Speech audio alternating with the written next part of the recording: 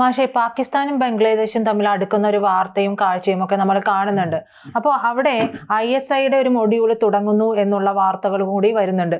ഇത് നമ്മളെ സംബന്ധിച്ച് വളരെ ആശങ്കാജനകമായിട്ടുള്ള ഒരു കാര്യമാണ്. കാരണം ഒരെണ്ണം മാത്രമല്ല, ഒന്ന് അസ്ഥിരമായിരുന്നു. അസ്ഥിരമായിടത്ത് നിന്ന് മറ്റൊരു തീവ്രവാദിയുടെ അടുത്ത് പോയിട്ട് അവർ കൂട്ടുകൂടുക കൂടി ചെയ്യുമ്പോൾ അത് ഒട്ടും ഞാൻ പറഞ്ഞതുപോലെ തന്നെയല്ലേ, ആശങ്ക ഉണ്ടാക്കുന്ന ഒരു കാര്യമല്ലേ? ഇതിനെ പ്രതിരോധിക്കേണ്ടത് അത്യാവശ്യമല്ലേ? എങ്ങനെയായിരിക്കും ഇന്ത്യ അതിനെ നോക്കിക്കാണുക?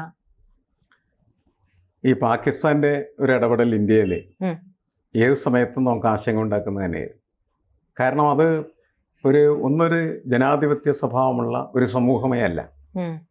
അവരുടെ ഒരു ബേസിക് ക്യാരക്ടർ എന്ന് പറഞ്ഞാൽ പട്ടാള ഭരണകൂടത്തിനകത്ത് നിന്ന് അതിൻ്റെ സ്വഭാവ സവിശേഷതകളുമായിട്ടുള്ള ഒരു ജനക്കൂട്ടമായിട്ടത് മാറുകയാണ്. ആ ജനക്കൂട്ടം ചിലപ്പോൾ പാകിസ്ഥാനെതിരെ തന്നെ വലിയ ഭീകരാക്രമണങ്ങളും പ്രവർത്തനങ്ങളൊക്കെ നടത്തും. അതിൻ്റെ തെരുവുകളൊക്കെ അങ്ങനെ വല്ല കൊലപാതകങ്ങളുടെ തന്നെ തെരുവുകളൊക്കെ ആയിട്ട് മാറാറുണ്ട്. ഇന്ത്യക്ക് അതുണ്ടാക്കുന്ന പ്രശ്നം എന്ന് വെച്ചാൽ ഇടക്കിടക്ക് ഇന്ത്യയിലേക്ക് ഇവർ വന്ന് ആക്രമണം കാണും. ഇപ്പം ഏറ്റവും അടുത്ത നമ്മുടെ സംഭവം എന്ന് പറഞ്ഞാൽ പഹൽഗാം ഭീകരാക്രമണമായിരുന്നു. പക്ഷെ അതിക്ക് മുമ്പ് ഭീകരാക്രമണമായാലും എല്ലാം ഇവരുണ്ടാക്കിക്കൊണ്ടിരിക്കുന്ന പ്രശ്നങ്ങൾ എന്ന് പറയുന്നത് വളരെ സ്വസ്ഥമായിട്ട് സമാധാനപൂർവ്വം ജീവിക്കുന്ന ഇന്ത്യയുടെ ജീവിതത്തെ കലുഷമാക്കുക, സ്വസ്ഥതയോടെ നമ്മൾ ജീവിക്കാനായിട്ട് അനുവദിക്കില്ല എന്ന ഒരു സെൻസ് നമുക്ക് തരിക. എന്നിട്ട് ഇടയ്ക്കിടയ്ക്ക് ഇത്തരം പരിപാടികൾ നടത്തിക്കൊണ്ടിരിക്കുക. കാശ്മീർ എന്ന് പറയുന്ന സ്ഥലം അവരുടെ ഒരു ശരിക്കും പറഞ്ഞാൽ അവരുടെ ഒരു പ്രവർത്തനത്തിൻ്റെ വലിയൊരു മേഖലയായിട്ട് മാറിയിരുന്നു. അവരുടെ ഒരു വിഹാര രംഗം എന്ന് വേണമെങ്കിൽ പറയാവുന്നൊരു ഘട്ടമൊക്കെ ഉണ്ടായി. ചില നിരന്തരമായിട്ട് പട്ടാളവുമായിട്ട് ഏറ്റുമുട്ടി പട്ടാളത്തിൽ ആളും മരിക്കുന്നു, ഭീകരപ്രവർത്തകർ മരിക്കുന്നു.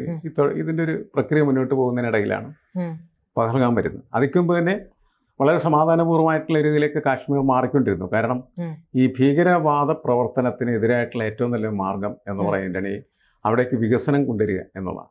എന്നുവെച്ചാൽ സമ്പത്ത് കയ്യിൽ വരുന്ന സമയത്ത് ഒരു മനുഷ്യൻ ഭീകരപ്രവർത്തനത്തിൻ്റെ പിന്നാലെ പോകാനുള്ള സാധ്യത കുറവാണ്. അവന് സ്വസ്ഥമായിട്ട് നല്ല ജീവിതം ലഭിക്കും എന്ന് കണ്ടാൽ അവൻ ആ പഴയ വളരെ പ്രാകൃതമായിട്ടുള്ള ജീവിതത്തെ വലിച്ചെറിയാൻ തയ്യാറാണ്. അപ്പോൾ ആ ഒരു പോളിസി എടുത്തിട്ട് വികസന പ്രവർത്തനങ്ങൾ അവിടെ ശക്തിപ്പെട്ടു വന്നു. അപ്പോൾ ഗവൺമെൻറ് വിചാരിച്ചു പ്രശ്നങ്ങളൊന്നുമില്ല എന്ന്. അങ്ങനെ ആണ് സുരക്ഷയിൽ വലിയ തരത്തിലുള്ള ഒരു ഇളവോടെ വരുത്തി. ഈ അവസരം മുതലെടുത്ത് അവരെന്ത് ചെയ്തു? ആക്രമണം നടത്തി. അങ്ങനെ നമ്മൾ അപ്രതീക്ഷിതമായിട്ടുള്ള രീതിയിൽ ദുരിതത്തിലായി. പക്ഷേ അവിടെ കാശ്മീരിലുള്ള ജനങ്ങൾ ഈ കാര്യങ്ങളൊക്കെ മനസ്സിലാക്കുകയും ഒരു കാരണവശാലും ഭീകരവാദ പ്രവർത്തനം കാശ്മീരിൽ തങ്ങൾ അനുവദിക്കില്ല എന്ന് അവർ തീരുമാനിക്കുകയും അങ്ങനെ ഭീകരവാദികൾക്ക് അവിടെ ഇടം കിട്ടാത്തൊരു അവസ്ഥയുണ്ടായി.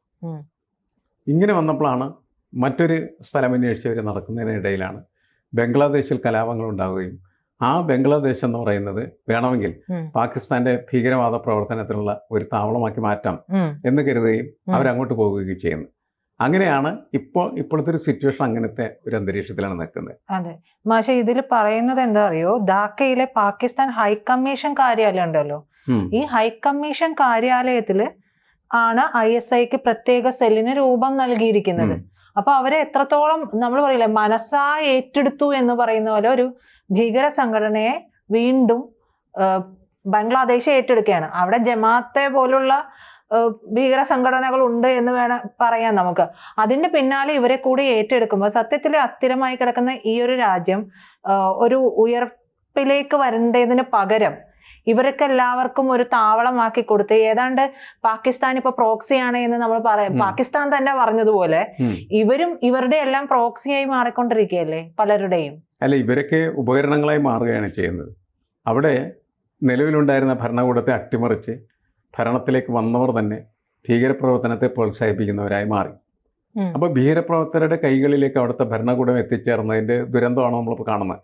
ISIക്ക് അവരുടെ ആസ്ഥാന മന്ദിരത്തിൽ തന്നെ സൗകര്യം ഒരുക്കി കൊടുക്കുക, അതുപോലെ തന്നെ മറ്റ് ഭീകരപ്രവർത്തകർക്കും ആവശ്യമായിട്ടുള്ള സൗകര്യങ്ങൾ ഉണ്ടാക്കി കൊടുക്കുക, ഭീകരപ്രവർത്തകരുടെ ഒരു ഒളിത്താവളമായിട്ട് ആ പ്രദേശം തന്നെ മാറുക. ജമാഅത്തെ ഇസ്ലാമിക്കൊക്കെ അതിനകത്ത് നല്ല പങ്കുണ്ട് ശരിക്കും പറഞ്ഞു. അങ്ങനെ അവർ അവിടെ ആ രീതിയിലുള്ള പ്രവർത്തനങ്ങളിലേക്ക് പോകുമ്പോൾ അതിൻ്റെ ഒരു എഫക്റ്റ് എന്ന് പറയുന്നത് നമുക്കാണ് ഉണ്ടാകുന്നത്. കാരണം നമ്മളെ നിരന്തരമായിട്ട് അവർ പ്രശ്നത്തിലാക്കാനായിട്ടുള്ള സാധ്യതയുണ്ട് എന്നാണ് നമ്മൾ അതിൻ്റെ മനസ്സിലാക്കുന്നത്. എനിക്ക് തോന്നുന്നു അജിത് ഡോവലൊക്കെ ആ കാര്യത്തിൽ ശക്തമായിട്ട് ഇടപെടാൻ തീരുമാനിച്ചിട്ടുണ്ട് എന്നാണ് പൊതുവെ വാർത്ത. ദൗത്യ സംഘത്തിനെയൊക്കെ ഏർപ്പെടുത്തി എന്നാണ് പറയുന്നത്. പ്രത്യേക ദൗത്യ സംഘം തയ്യാറെടുക്കുന്നു എന്നുള്ളത് കൂടി ആണ് പറയുന്നത്.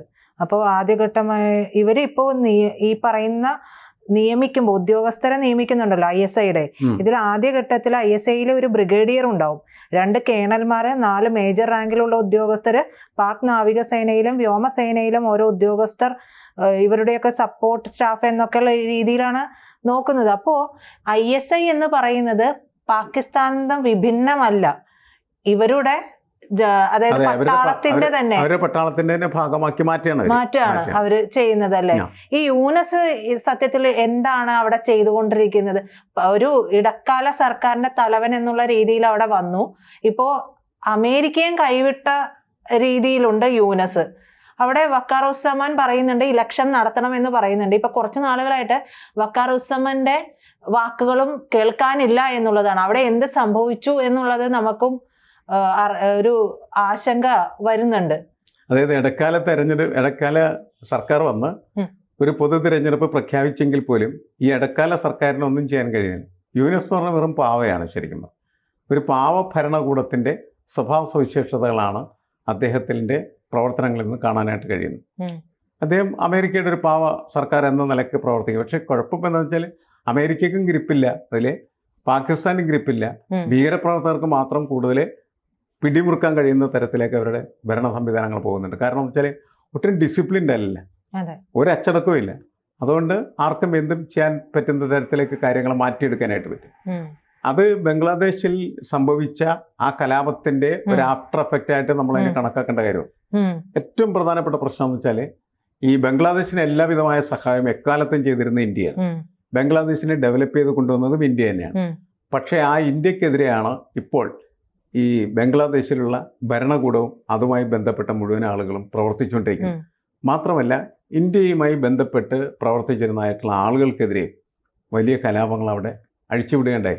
നിരവധി ആളെ അവിടെ ചില കമ്മ്യൂണിസ്റ്റ് നേതാക്കളെ കശാപ്പ് ചെയ്തു. അതേപോലെ തന്നെ ഹിന്ദു സമുദായത്തിൽപ്പെട്ട നിരവധി ആളുകളെ കശാപ്പ് ചെയ്തു.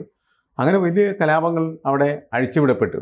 ഇവരൊക്കെ അവിടെ നിലനിൽക്കാൻ തന്നെ കാരണം ഇന്ത്യയുടെ സഹായത്താൽ ബംഗ്ലാദേശ് വളരുന്നു എന്ന് പറയുന്ന ഒരു ആശ്വാസത്തിലായിരുന്നു. അല്ലെങ്കിൽ ഇന്ത്യയുടെ ഒരു ഭാഗമാണ് ബംഗ്ലാദേശ് എന്ന് കരുതിയിട്ടാണ് നമ്മുടെ ഒത്തിരി ആളുകൾ അവിടെ അന്നുണ്ടായിരുന്നു. പക്ഷെ അവരെയാണ് ഈ ഭരണകൂടം വേട്ടയാടുന്നത്. അല്ലെങ്കിൽ ഈ ഭരണകൂടം വേട്ടയാടല്ല, ഈ ഭരണകൂടം കാഴ്ചക്കാരായി നിൽക്കും, തീവ്രവാദികൾ അവരെന്ത് ചെയ്യും, വേട്ടയാടും. ഒരു സംരക്ഷണം അവർക്ക് വേണ്ടി നൽകപ്പെട്ടിരുന്നില്ല എന്നുള്ളതാണ്.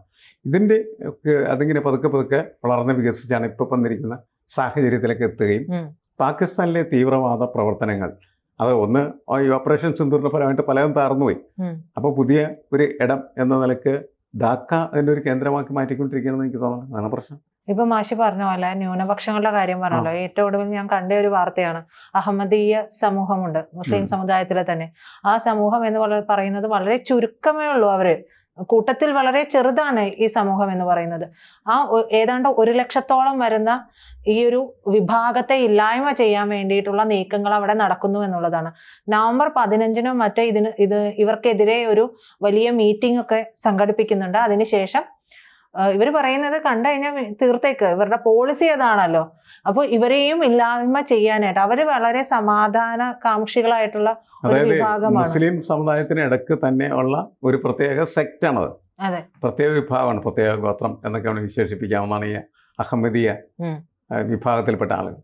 അവരെ ഇല്ലാതാക്കാൻ ഇവർ ശ്രമിക്കും. കാരണം ഇവർ പറയുന്ന രീതിയിലൊന്നും ജീവിക്കുന്നവരല്ല. അതാണ് പ്രധാനപ്പെട്ട പ്രശ്നം. അവരുടെ ജീവിതശൈലി വേറെയാണ്. ആ ശൈലി ഇവർ അംഗീകരിക്കുന്നില്ല. അതുകൊണ്ട് ഒന്നില്ലേ അവർ നാട് വിട്ടു പോകണം, അല്ലെങ്കിൽ അവരെ കശാപ്പ് ചെയ്യണം എന്നുള്ള രീതിയിലൊക്കെയുള്ള പ്രചരണവും പ്രവർത്തനങ്ങളും നടന്നുകൊണ്ടിരിക്കുന്നത്. ഇതൊക്കെ ഈ അസ്ഥിരമായൊരു സർക്കാർ നിലനിൽക്കുന്നതിൻ്റെ ഫലമായി സംഭവിക്കുന്ന ദുരന്തമാണ്. ഒരു ഗവൺമെൻറ് വളരെ സ്റ്റേബിളാണെന്ന് വിചാരിക്കുക, ഡിസിപ്ലിൻഡ് ആണെന്ന് വിചാരിക്കുക, അതിനൊരു നിയമം ഉണ്ടാവും. ആ നിയമത്തിനനുസരിച്ച് പ്രവർത്തിക്കാൻ പറ്റും. ഇവിടെ ഒന്നുമില്ല. അതാണ് ഇപ്പോഴത്തെ ഒരു പൊസിഷൻ. അതുകൊണ്ടാണ് നമുക്കത് കൂടുതൽ ആശങ്കയുണ്ടാക്കുന്ന കേന്ദ്രമായി മാറും.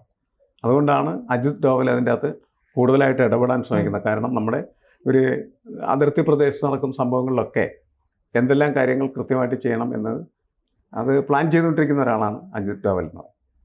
കൂടുതൽ വാർത്തകളും വിശേഷങ്ങളും നിങ്ങളിലേക്ക് എത്താൻ ABC മലയാളം സബ്സ്ക്രൈബ് ചെയ്യുക, ബെൽ ബട്ടണും അമർത്തുക.